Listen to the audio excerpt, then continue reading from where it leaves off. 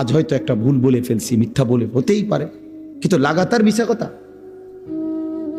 বুঝছেন নি আমার কথাটা? প্রত্যেকদিন মিশা কথা, প্রতিদিন বুঝি মানুষের সুদ খায়, প্রতিদিন বুঝি ওজনে কম দেয়, প্রতিদিন বুঝি কাস্টমারের ঠকা। এটা কি মুসলমান?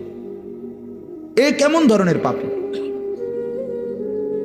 30 বছর বুঝি প্রত্যেক দিন টেলিভিশন চলবে আপনার ঘরে, প্রতিদিন আপনার ঘরে নিয়ম মাফিক নাচ গান নর্তকের ছবি চলবে।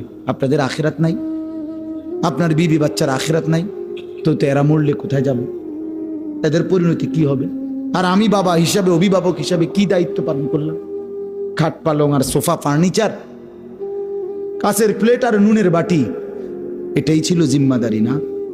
একজন মুসলমানের দায়িত্ব তার স্ত্রী সন্তানের জন্য এই শুধু খাট পালং আর সোফা ফার্নিচার ব্যবস্থা করা, এই তো না?